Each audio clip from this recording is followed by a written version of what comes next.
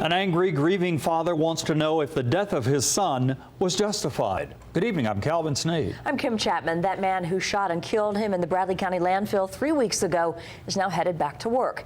Hannah Lawrence joins us now with what the family's saying. Hannah.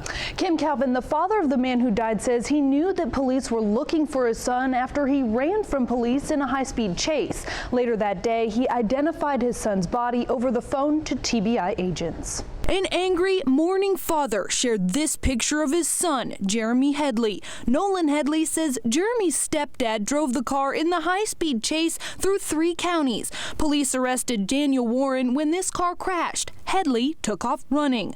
This is what the Meigs County Sheriff said just before he called off the search for Headley that day. My officers seen him leave. He was open-handed and nothing, they could tell nothing on him. But hours later, after shots fired calls came in from the Bradley County Landfill, NewsChannel 9 interviewed Sheriff Eric Watson live. The subject supposedly walked up to one of the workers here.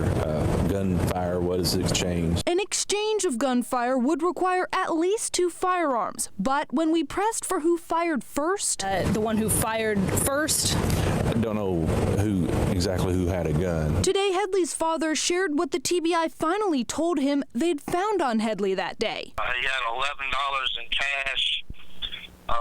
He had a little necklace with a cross on it and a cigarette lighter. He says agents told him his son was unarmed. That's why questions remain about why Mark Truchet, seen here on his Facebook page, fired those shots. Why didn't he pick up his cell phone and say, hey, the guy y'all chasing is over here in the landfill? The day after the shooting, Truchet's attorney Jim Logan tried to answer that question. Circumstances arose which caused him to fire his weapon, and it was fired with warning shots and another shot, which ultimately resulted in this young man dying. Headley admits his son had a criminal past, but it was the reaction from the community touting Truchet as a hero that hurt him most. What if it was their son?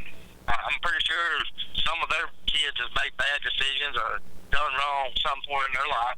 Do they need to be shot for it?